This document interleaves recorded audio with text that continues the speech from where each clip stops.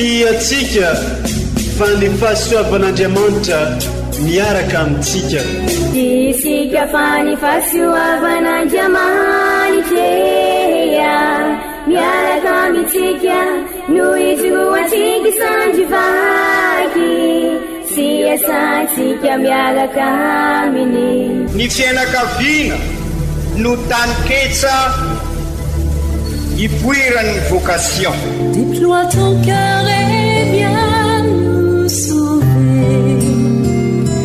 Délivre-nous de tout. Fa sisika tokoa fa ny fahasoavan'Andriamanitra miaraka amintsika. Sisika fa ny fahasoavan'Andriamanitra miaraka amintsika no izoatsika sandrivaky sy asantsika miaraka aminy. Fa olo raika tokoatrantsika ao aminy, fianakaviana iray ao aminy, sy misy hevitrevitra ny olo no mampizara indraindray, fa Andriamanitra i Jesoa lay mpiandrony tsara ran'olotra ny aina, olo raika ary ao amin'ny fiangonana ao amin'ny eglizy dia sambatra antsika mahasapa an'izay.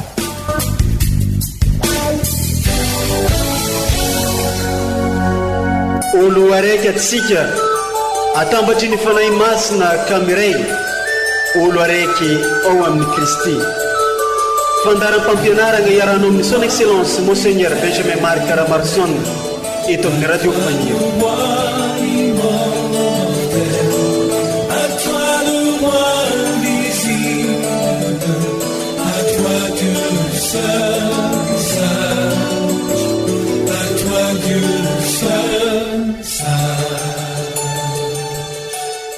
Faly magnano mbala tsaratsika jiaby zay mitandrigny sy magnaraka hatrany ity onjapeo radio Faniry Maria, radio manambatra atsika olo araiky ao amin'ny Kristy ity. Niaraka nankalaza ny Kristy nandrisy ny fahafatesana atsika tamin'ny fankalazana ny fetin'ny Paka, ary niaino reo fijoroana vavolombelogno maro samihafa nandritra izay 70 andro nitandrignasantsika ny fiainareo apôstôly sy reo vavolombelona kristianina voalohany. Amin'ity alakamisy ity dia mankalaza ny niakaran'i Jesosy Kristy anandanitra atsika, ho indrindra ny lohahevitra amin'ity ascension ity, omano ny verenan'ny Tompo. Hoy ny tonikira fidirana, nahoana ianareo no gaga mibanjina ny lanitra eto ry rahalahy avy any Galile, tahaka ny nahitanareo an Jesosy niakatra anandanitra iny, no mbola ahatongavany indray. Alleluia. Dia arorasintsika sy hoenontsika ampinoana sy ampitiavana ireo vakiteny masina omeny eglizantsika amin'ity fankalazana i Jesosy Kristy niakatra anandanitra ity sy ny fampianarany ray aman-drentsika dia Monseigneur Archevêque Benjamin Marc Caramarson.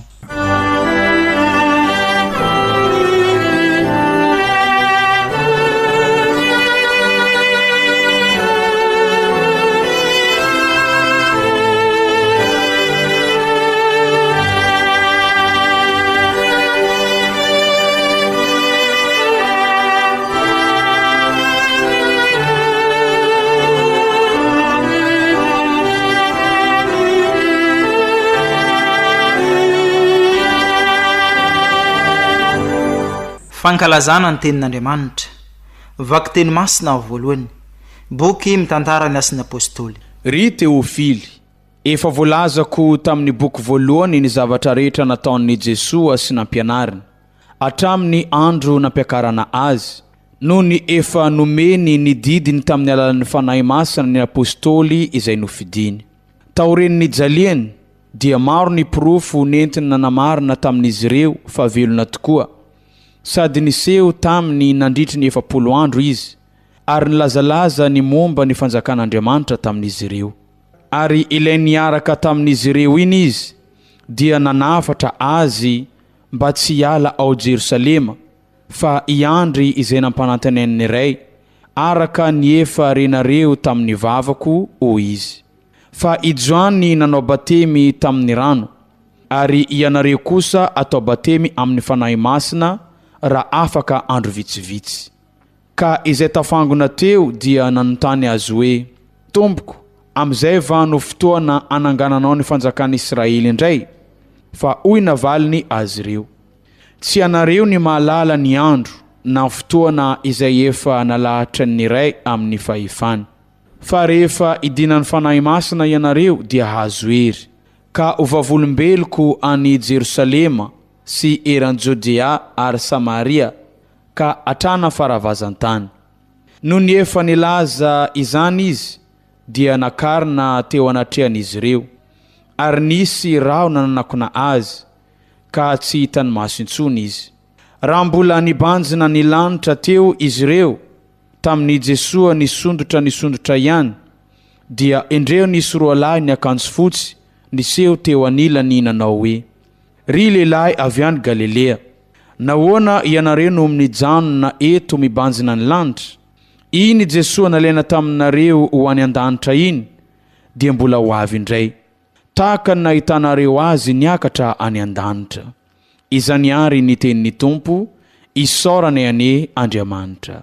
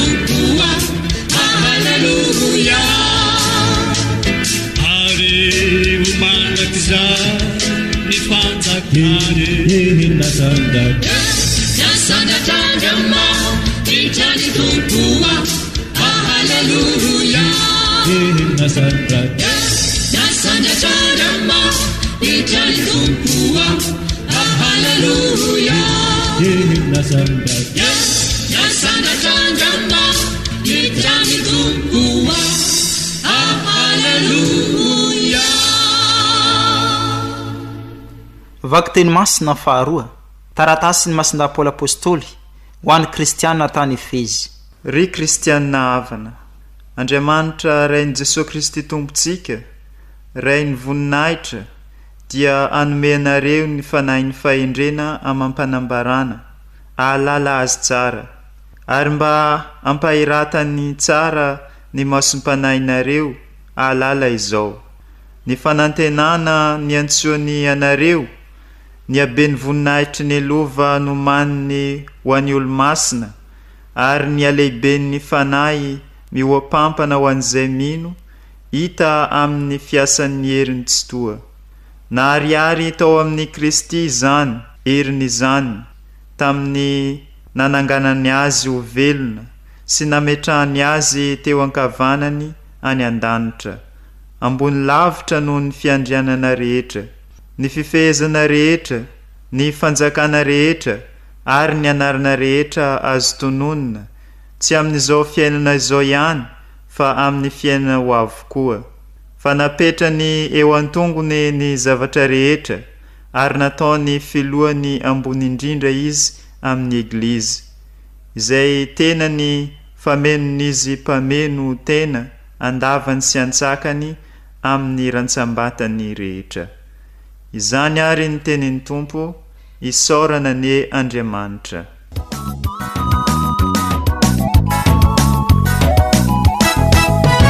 Alléluia, Alleluia, oya ye, resinay tenin-Janahary ea, ankatoavinay tenin-Janahary ea, fa teny masigny sy mahery. Alleluia, ya ea.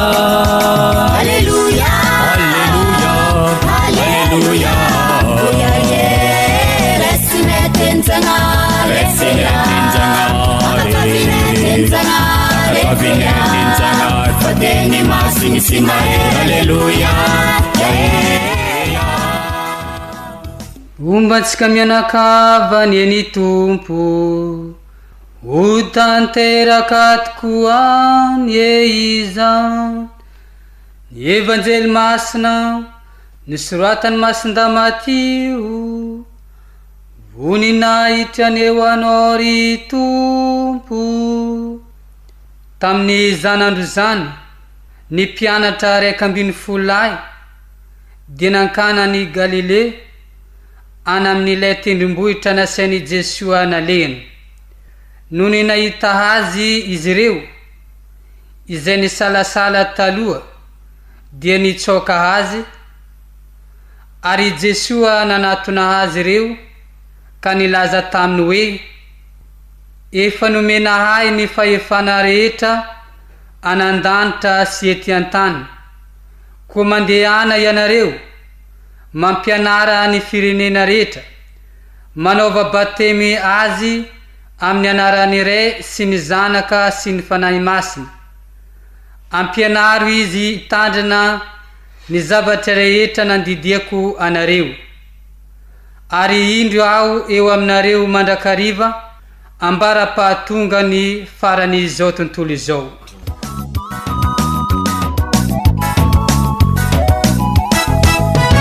Alleluia, Alleluia, oya ye, resinay tenin-Janahary ea, ankatoavinay tenin-Janahary ea, fa teny masigny sy mahery. Alleluia, ya ea.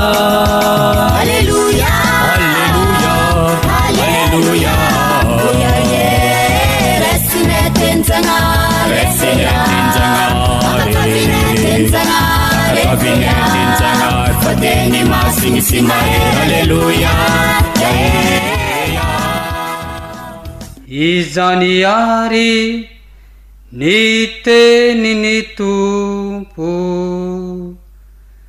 diran'eo anao ry Kristy.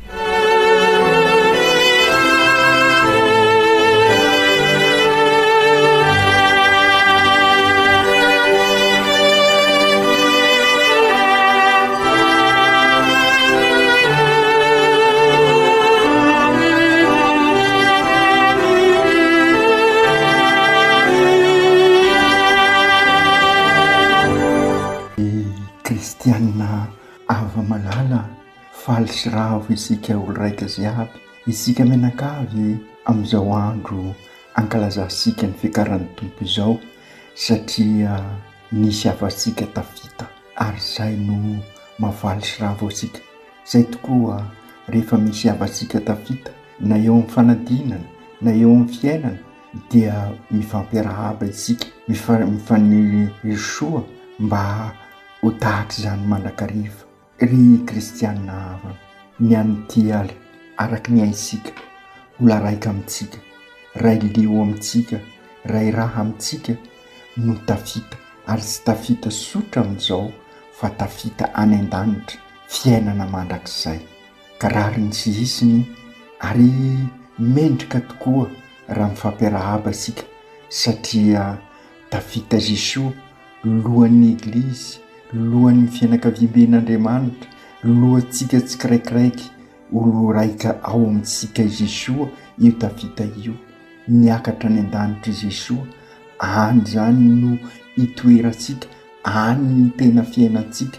Ry kristianina havana, 4 andro zao no nihiboka ny apôstôly navozo sy say, isika koa miatrika izao fiainana izao, na dia sy mihiboka aza dia miatrika krizy mafy na eran-tany na eto amintsika eto aza. Fatary koa nefa ry kristianina havana, fa volan'ny Masiny Maria zao volana May zao ka mitodika amin'ilay renitsika ary araka ny afatra nataony tany Fatima isika ka mahatsiaro omaly ny fetiny raha teo moa ka mahatsiaro tsy irery sy afenina fa maro ny verhevitra toa sy misy farany tia Kristy io isika ary indrisy aza toa miasarotra nampianarin'i Jesosy tamin'ireo apôstôly fa mpiarabelona amintsika izy miara-dalana amintsika izy eo anivosika izy na dia miakatra any an-danitra ary tanteraka raha-bakiteny ny voalazany tamin'ireo apôstôly sara ny mampasahy fa efa taona maro taty aoriana no nanoratan'ny evanjely sy ireo boky ao amin'ny testamenta vaovao zany hoe vokin'ireo eksperiansy apôstôly nahalala sy nino ary natoky fa nandresy izy Jesosy ary niakatra any an-danitra ka noho izany ry kristianina havana matoky ihany koa isika fa nahasiaro ireo tenin'i Jesosy ireo ny mpianatra fa indrindra amin'ny vanim-potoanan'ny krizy nahasiaro tokoa izy ireo fa niaraka namakivaky ny hafalian'ny paka tamin'izy ireo Jesosy izany eksperiansy zany no iainansika hatramin'izao ka na dia ho aza izao krizy maro lafo zao dia mivelona ny hafalian'ny paka isika ary indrindra mivelona ny fandresen'i Kristy tafita any an-danitra izy.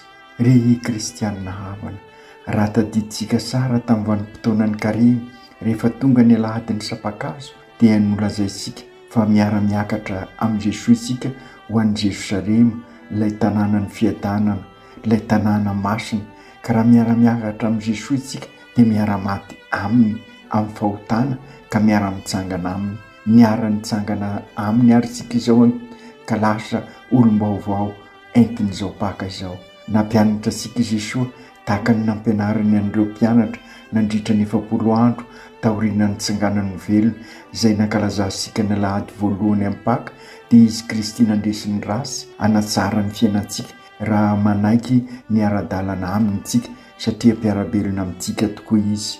Ny alahady faharoa ny paka raha tadiditsika sara dia nibanjina ny famindrapon'Andriamanitra isika izay nibaribary tamin'ny Jesosy nanokatra ny fony tamin'ny Thomas ary izay ihany koa dia manambara fa mpiarabelona amintsika izy niaraka amin'ireo mpianatra ary indrindra Thomas isika ary nibanjina ny famindrapo ny fomason'i Jesosy tamin'ny alahady faharoa ny paka mampibaribary an'izay fitiavan'Andriamanitra isika izay. Ny alahady fahatelon'ny paka isika dia nankalazan'i Jesosy lalana sy famarinana ka niaraka nandinika ny tantaran'ireo mpianatra tany Emaosy isika izay tantaram-piainantsika ihany koa ka raha miaraka amin'ny Kristy raha miaino azy isika ary miara-mamaky ny Eukaristia dia isokatra ny fosika rehetra ka vonona ho vavolombelona iverina any Jerosalema ilay tanàna masina tahaka an'ireo mpianatra ny Emaosy. Ny alahady fahaefatra ny paka milaza amintsika Jesosy fa izy no mpiandrondry tsara izay manao soa antsika nanolotra ny ainy manasa ny tongontsika ka nanaiky mpanompo. Ny alahady fahadimy ny paka mampianatra antsika Jesosy minoan'Andriamanitra izy no lalana ka sy tokony ho very isika raha miaraka aminy satria izy raha teo ny fahazavana manilo ny fiainantsika.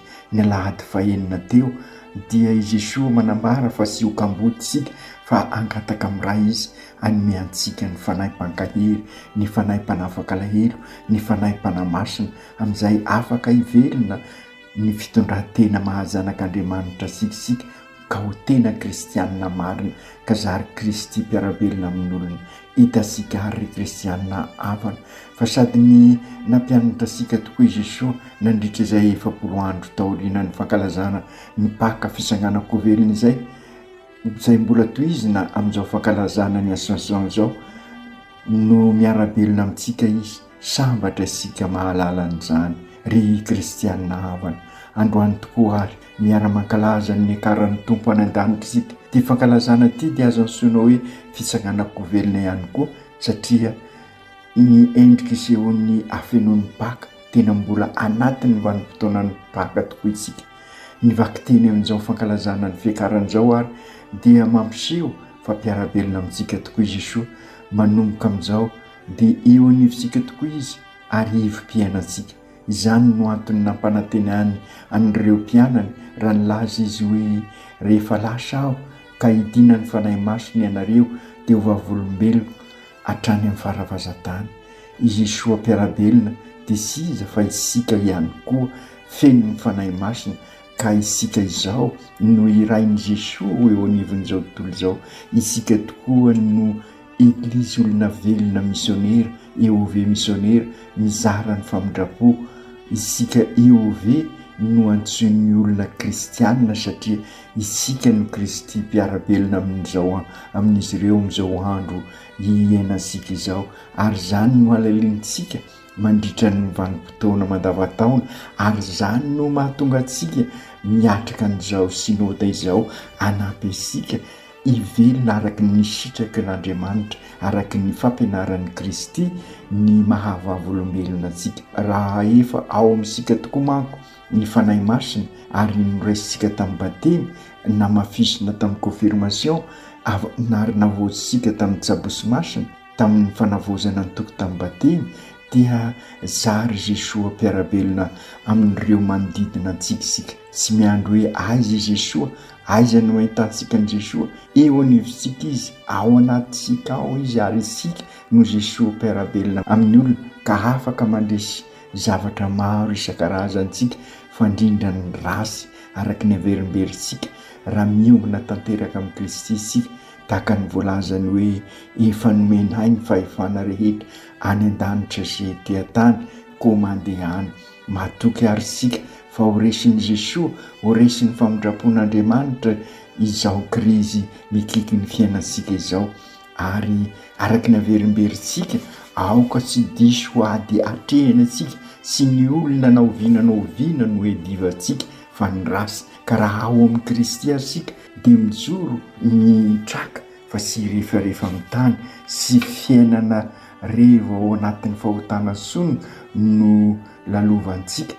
Marina olombelona itsika sy anjely, olombelona mandeha tany ka mety misolafaka, milololanitra ka mety olena, nefa olombelona no avozon'ny fanahy masina ka ny fiainana mahazanak'Andriamanitra no filamatra ao antsika, ary izay no tanterahisika. Ny synody izay ataosika izao no anampy antsika ametraka rafitra irosoantsika, ahaizasika anao sivana ka andresin'ny rasy manapotika ny fiainantsika ka afahantsika miroso amin'izay fivoaran'ny mahaolona manontolo sy ny olon-drehetra izay. Ry kristianina havana, maneraka antsika ary Jesoa Kristy androany amin'izao fankalazantsika ny fiakarana izao, satria feno ny fanahy nisika kristianina isika ka milaza amintsika izy hoe komandehany ianareo mampianara ny firenena rehetra, manaova batemy azy amin'ny anaran'ny Ray sy ny Zanaka sy ny fanahy masina, ampianaro izay izy ireo hitandrina ny zavatra rehetra nandindiko anareo, ary indro aho eo aminareo mandrakarivo mandra-pahatonga ny faran'izao tontolo izao. Mazava ny tenin'i Jesoa ry kristianina hava, anavao ny fiainan'ireo manodidina antsika, isika raha mahita ny fiainantsika kristianina izy ireo dia anaradia antsika. Ka io afatra ny Kristy io no tisika ampivondronina mazava tsara ao amin'ny torolalana vokatry ny synode izao, ny direktoara pastoraly, ka izay indrindra aoka isika ilofo amin'izao synode tanterahisika izao. Ry kristianina havana, dingana vaovao zany no ataosika manomboka izao, no alaliantsika amin'izao synode izao no mahamisionera asika, EOV misionera vita batemy ka iraina anorina ETA Église Tranoben'Andriamanitra Kazary Tabernakla Velona. Izany no maha Kristy mpiarabelona amin'ny olona antsika, iraina asika EOV misionera eo anivon'ny fiarahamonina sy izao tontolo izao. Marina fa tsy anisan'izao tontolo izao sika, fa eo anivon'izao tontolo izao mba ho fahazavana sy fanasina vokatry ny batemy, vokatry ny confirmation, vokatry ny fiombonam-piainantsika amin'ny Jesoa izay, ary izay no alaliantsika sy fakafakaisika tsara amin'izao synode izao. Maneraka asika tokoa ary Jesoa mandehana ataovy tonga mpianatry ny olon-drehetra, sy amin'ny alalan'ny herisetra na risoriso na fitapitaka izany na amin'ny hery famoretana fa amin'ny alalan'ny famondra-po izany no mahatabernakla velona antsika izara ny famondra-po eo amin'ny mpiarabelona amintsika araky ny vokatry ny congrès eucharistique nankalaza isika teto amintsika ary indrindra tamin'ny taona jobily dia zary mpivahiny ny fanantenana isika mamafy hafaliana sy fiadanana ary fihavanana anasitrana an'izao tontolo izao tandremanefa ry kristianina havana fa maro ny Jesoa piraty ka oka sy voafitaky renitsika io ilay voalazan'i Jesoa hoe mpaminany sandoka amin'ny alalan'ny fiainan'ny kristianina amin'ny alalan'ny fahaizasika mampitrotra ny finoana sy ny fiainana andavanandro no hitondrantsika ny famondram-pon'Andriamanitra ka zary fahazavana sy fanasiny isika raha tanteraka sika tokoa izany dia ho zanak'Andriamanitra tonga amin'ireo manodidina antsika sika ka andrain'ny Kristy izy ireo izany hoe hitandrina ny fampianaran'ny Kristy tahaka sika ihany koa dia sy hinona izay fa ny fifankatiavana tahaka ny tiavan'i Jesoa antsika izay midika fanompoana fahafoizana fampanjakana ny rariny sy ny isiny andresenany risoriso fampanjakana ny fihavanana araky ny hevitry ny Kristy izany hoe lavitra ny atelokarao sy hoe sisonina ny risoriso ny herisetra mitarika herisetra sy hery famoretana izay loharano mampotika ny farahamonina ary dia hitasika ny vokatry ny zany tato ato engany eo ve misionera tokoa isika ka ho tabernakla velona zary chapelle ny famondra-po izay manatanteraky ny eraky Jesoa hoe ataovy mpianatry ny olon-drehetra sy misy avakavaka ny finoana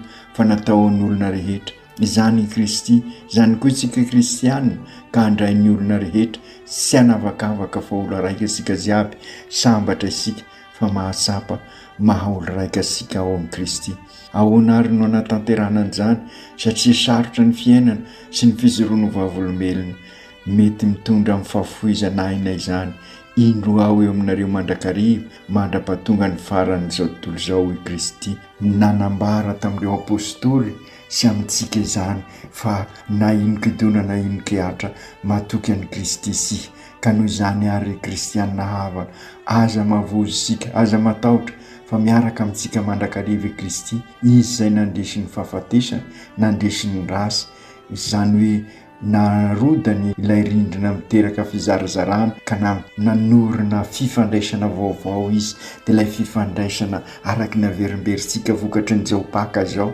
ilay fifandraisana vaovao amin'ny zavaboary ny fifandraisana eo anivon'ny fiarahamonina fifandraisana amin'Andriamanitra ka anambarasika fa nandesy tokoa izy ary dia izany no ambarany masindaha-Paoly amin'ny vakiteny faharoa no ariariny n'Andriamanitra tao amin'ny Kristy ny heriny tamin'ny nanangana azy ho velona sy nametrahana azy teo ankavanany any an-danitra ambony lavitra noho ny fiandrianana rehetra ny fifehezana rehetra ny fanjakana rehetra ary ny anarana rehetra azo tononona sy amin'izao fiainana izao ihany fa amin'ny fiainana ho avy fa napetrany eo an-tongony ny zavatra rehetra ary nataony filoha ambony indrindra izy amin'ny eglizy izay tena ny famenony izy mpamenony tena andavany sy ansakany amin'ny rasambatany rehetra raha fitinina izany rehetra izany dia ao amin'ny Kristy no fiainantsika ao amin'ny Kristy ny fanantenantsika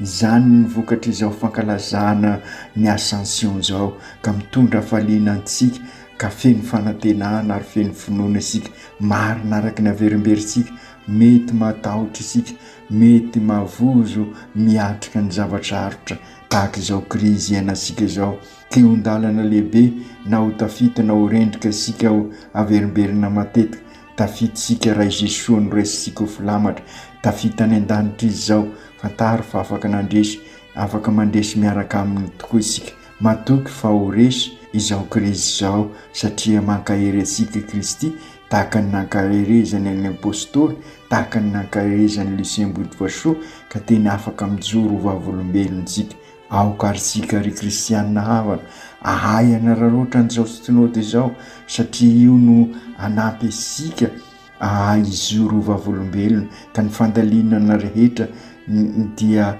vokatry ny batemy niraisika ka ny batemy araky ny averimberina teo dia maniraka asika ny tanjona zany dia ho Jesoa mpiarabelona amin'ny olona tokoa isika velona ny finoansika kehitriny ka ingany mba hirosy bebe kokoa amin'ny lalindalitsika amin'ny fiainana ny finoansika ka hay ampitrotra an'izay finoana zay sy ny fiainana andavanandro ka zaro Jesoa mpiarabelona amin'ny olona isika ka samy hoetan'ny fanahy masina ry Jesoa zokinay io ingany zahay ho feno faliana ho feno fanantenana ka hirosy lalindalina kokoa amin'ny fiainana mahazanak'Andriamanitra anay amin'izao fankalazana ny Ascension fiakarana izao.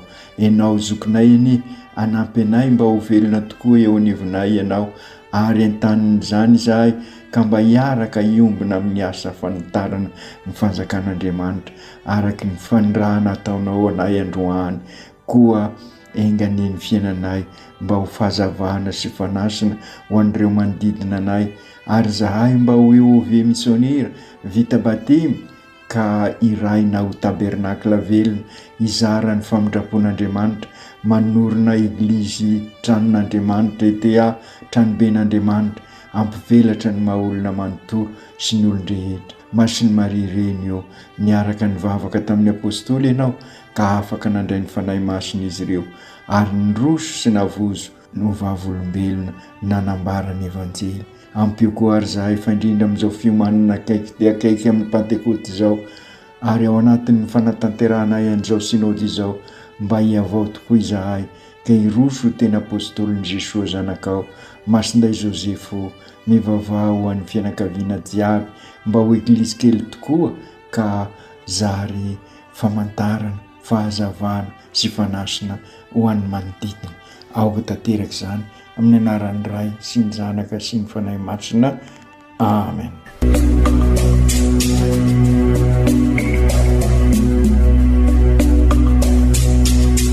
Tsy atsika fa ny fahasoavan'Andriamanitra miaraka amintsika. Isika fa ny fahasoavan'Andriamanitra miaraka amintsika no izy ho atsika sandrivaky sy asantsika miaraka aminy. Ny fianakaviana no tany ketsa ipoiran'ny vocation. Déploie ton cœur et viens nous sauver. Délivre-nous de tout. Fasisika tokoa fa ny fahasoavan'Andriamanitra miaraka amintsika. Isika fa ny fahasoavan'Andriamanitra miaraka amintsika no izy ho atsika sandrivaky sy asantsika miaraka aminy. Fa olo raika tokoatran'isika ao aminy fianakaviana iray ao aminy sy misy hevitrevitra ny olo no mampizara indraindray fa Andriamanitra i Jesoa lay mpiandrony tsara nanolotra ny ainy olo raika ary ao amin'ny fiangonana ao amin'ny eglizy dia sambatra atsika mahasapa an'izay.